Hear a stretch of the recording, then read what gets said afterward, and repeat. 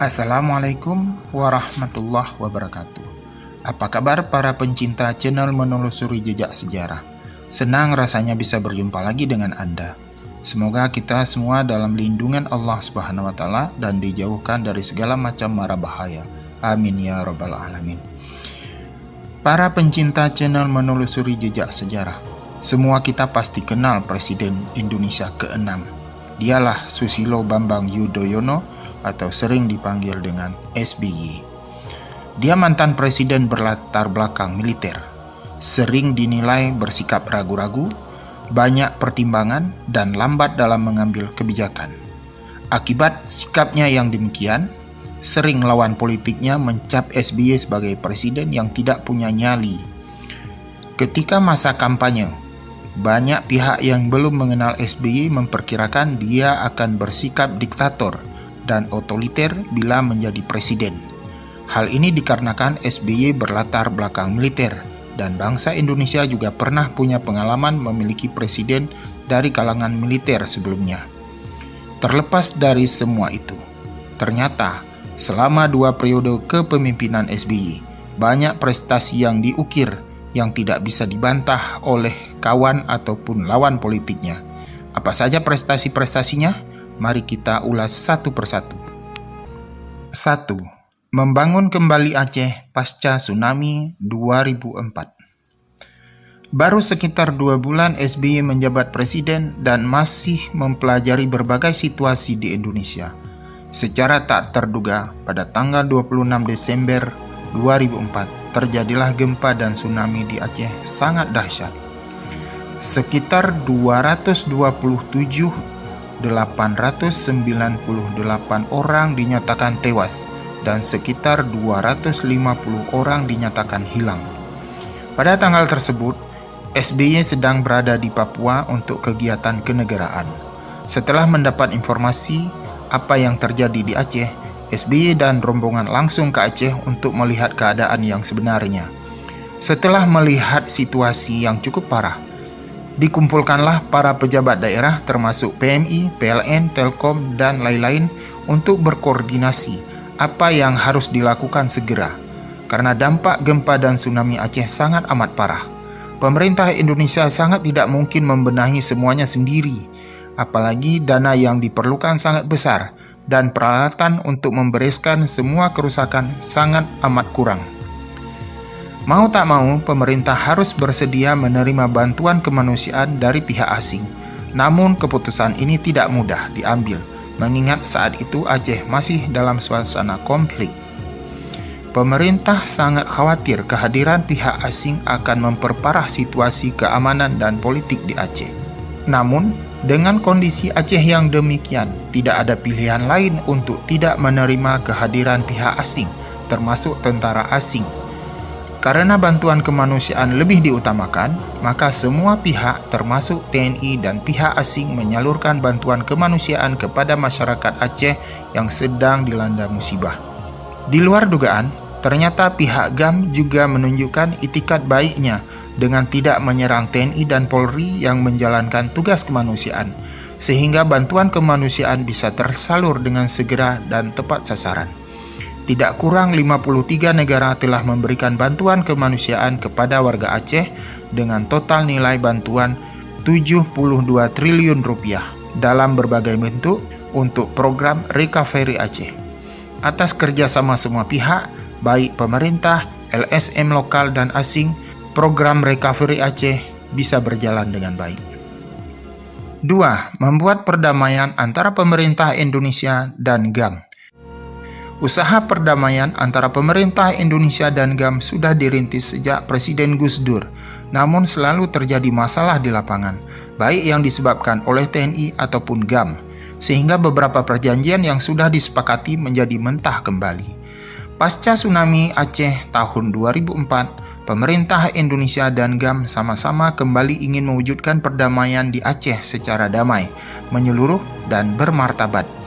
Dengan dimediasi oleh Martti Ahtisaari sebagai Presiden Finlandia saat itu, dilaksanakanlah pertemuan kedua belah pihak yang berkonflik di Helsinki, Finlandia. Pada tanggal 15 Agustus 2005, ditandatanganilah MOU Helsinki atau Kesepahaman Helsinki sebagai tanda berakhirnya konflik yang sudah terjadi hampir 30 tahun antara pemerintah Indonesia dan GAM. Hamid Awaludin dari pihak pemerintah Indonesia dan Malik Mahmud dari pihak GAM saling berjabat tangan. Sejak itu, isi MOU Helsinki mulai diterapkan, walaupun di lapangan ada beberapa kendala terjadi, namun terus diupayakan penyelesaiannya melalui saling berkomunikasi antara kedua belah pihak, dengan tetap dimediasi oleh pihak ketiga. 3. Sangat gencar memerangi korupsi. Korupsi di Indonesia sudah ada sejak Orde Lama hingga era reformasi. Semaraknya korupsi di era reformasi juga dicoba berantas di masa pemerintahan SBY, baik yang belum selesai di era presiden-presiden sebelumnya atau masa pemerintahan SBY itu sendiri. Banyak kasus korupsi besar saat itu yang berhasil dibawa ke pengadilan, seperti kasus BLBI yang melibatkan Samsul Nur Salim, EKTP yang melibatkan petinggi Partai Golkar Setia Novanto, dan kasus proyek Hambalang yang melibatkan beberapa petinggi Partai Demokrat seperti Anas Urbaningrum. Terlibatnya beberapa kader Partai Demokrat dalam kasus korupsi proyek Hambalang membuat elektabilitas Partai Demokrat berada di titik terendah. Pemerintah benar-benar diuji untuk menegakkan keadilan atau melindungi koruptor yang sekaligus kader Partai Demokrat saat itu. Namun, SBY tetap kukuh dalam memberantas korupsi dan tidak mau ikut campur dalam tugas penegak hukum, walau salah satu tersangka adalah besannya sendiri. Hasil survei lembaga Transparansi Internasional untuk Indonesia menyebutkan bahwa indeks persepsi korupsi pada periode pertama kepemimpinan SBY semakin membaik. Dari angka 2 pada tahun 2004 menjadi 2,8 pada tahun 2009. Di tahun ini, sudah 138 izin pemeriksaan kasus korupsi terhadap penyelenggara negara ditandatangani Presiden SBY. Ini adalah jumlah tertinggi dalam sejarah penegakan hukum di Indonesia yang sudah menyentuh banyak pejabat negara hingga mantan menteri, gubernur, bupati, wali kota, anggota DPR dan DPRD, dan pejabat tinggi lainnya.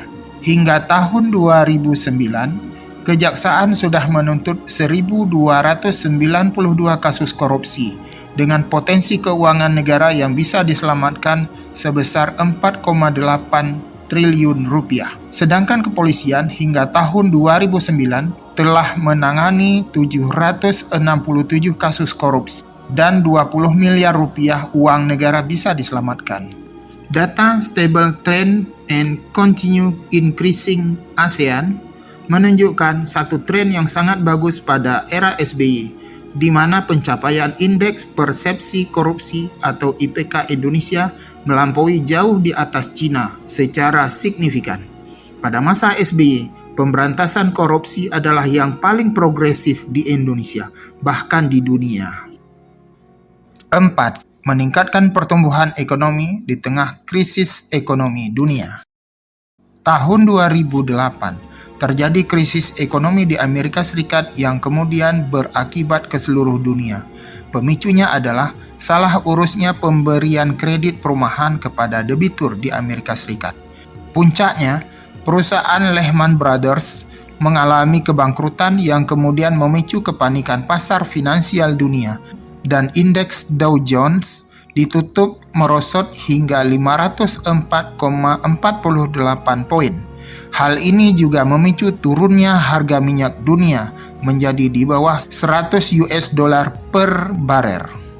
Krisis ekonomi 2008 juga berdampak signifikan kepada Indonesia, di antaranya penurunan indeks harga saham gabungan atau IHSG secara drastis, tekanan di pasar obligasi, dan krisis likuiditas di sektor perbankan. Sektor perbankan, khususnya bank swasta menengah dan kecil, adalah titik paling rawan saat terjadi krisis ekonomi global tahun 2008. Untuk mengatasi krisis ekonomi global tahun 2008, pemerintah Indonesia dan Bank Indonesia berkaca pada pengalaman yang serupa sebelumnya, yaitu krisis ekonomi 1998. Untuk mengatasi krisis, pemerintah Indonesia membuat beberapa perpu pada bulan Oktober 2008 dan beberapa ketentuan lainnya di bidang keuangan. Hasilnya, krisis ekonomi global hanya berdampak sesaat di Indonesia, dan tanda-tanda pemulihan ekonomi Indonesia mulai terlihat sejak pertengahan 2009, dan tahun 2010 perekonomian Indonesia sudah benar-benar pulih dengan pertumbuhan ekonomi sebesar 5%, dan menjelang akhir tahun 2011, pertumbuhan ekonomi Indonesia mencapai 6,5%. Ini artinya pertumbuhan ekonomi Indonesia jauh lebih tinggi dari Amerika Serikat, Eropa, dan Jepang pada tahun yang sama. 5. Membuat kondisi keamanan lebih kondusif. Pasca penandatanganan MOU Helsinki tanggal 15 Agustus 2005, suasana Aceh menjadi sangat jauh lebih kondusif dari sebelumnya. Masyarakat sudah bisa beraktivitas dengan tenang. Pihak yang pernah berkonflik juga bisa hidup berdampingan dan tidak lagi saling mengganggu. Ini adalah hal yang luar biasa yang tidak pernah dirasakan masyarakat Aceh selama hampir 30 tahun. Keberhasilan yang dilakukan di Aceh masa Presiden SBY juga ingin dicapai di Papua. Pemerintah ingin menyelesaikan masalah Papua dengan cara damai, adil, bermartabat, dengan menitik beratkan pada dialog dan persuasif. Sejak itu, pemerintah mulai melakukan berbagai pendekatan dengan berbagai tokoh Papua dan Papua Barat, termasuk tokoh adat atau tokoh agama. Terjalilah dialog dengan mereka. Di samping itu, perhatian pemerintah pada kegiatan pembangunan juga tetap diperhatikan. Terjadinya dialog dengan tokoh Papua dan Papua Barat membuat suasana di dua provinsi tersebut lebih kondusif dari sebelumnya.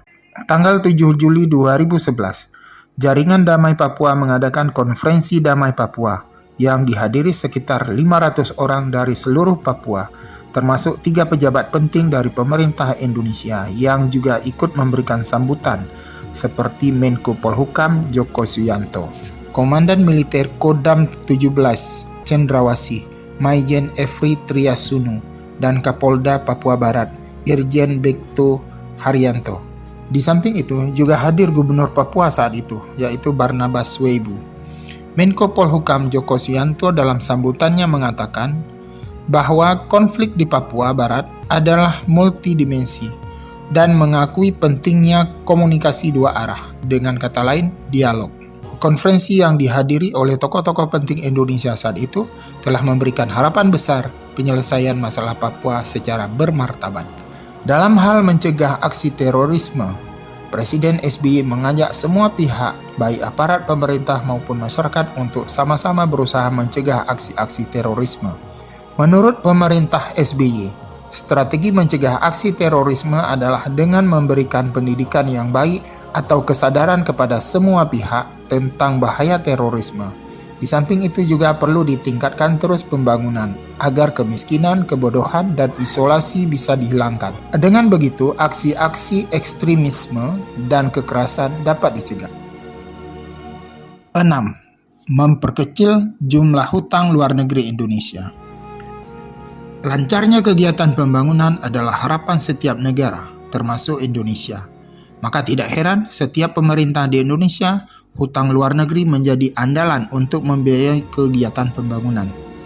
Akibatnya, hutang luar negeri Indonesia terus meningkat jumlahnya, dan puncaknya tahun 2000. Memasuki tahun-tahun berikutnya, hutang Indonesia mulai menunjukkan penurunan secara lambat. Di awal pemerintahan SBY tahun 2004, rasio hutang terhadap PDB tercatat sebesar 57% atau 68,57 miliar dolar, yang kemudian turun pada tahun-tahun berikutnya.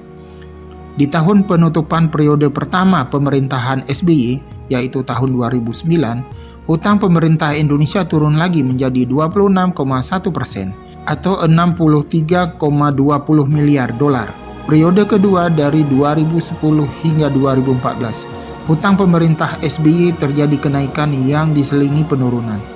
Menjelang berakhirnya periode kedua Presiden SBY, jumlah hutang luar negeri Indonesia sebesar 132 miliar dolar. Jumlah ini tergolong kecil bila dibandingkan presiden sebelumnya atau sesudah SBY.